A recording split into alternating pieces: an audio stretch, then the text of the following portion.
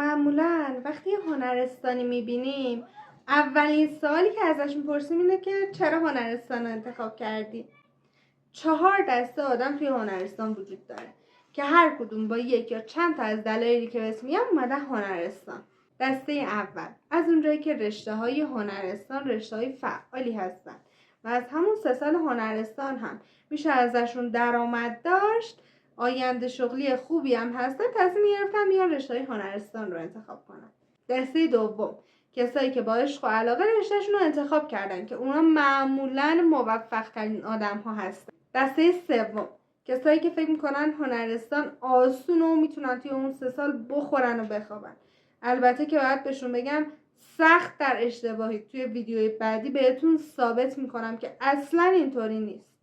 دسته چهارم، کسایی که حد نصاب نمره لازم برای ورود به دبیرستان ها رو نداشتن و مجبور شدن بیان هنرستان.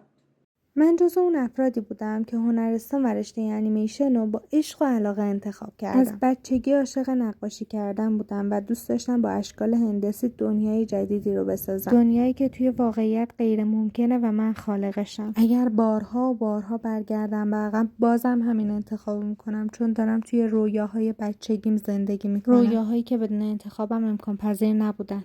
از اونجایی که رشته انیمیشن یه رشته ناشناخته و معرفی نشده است، من اینجام تا شما رو بیشتر با رشته انیمیشن آشنا کنم. اگه دوست داشتین بیشتر راجع به هنرستان، رشته انیمیشن و هنر بدونید، چنل منو از دست نده.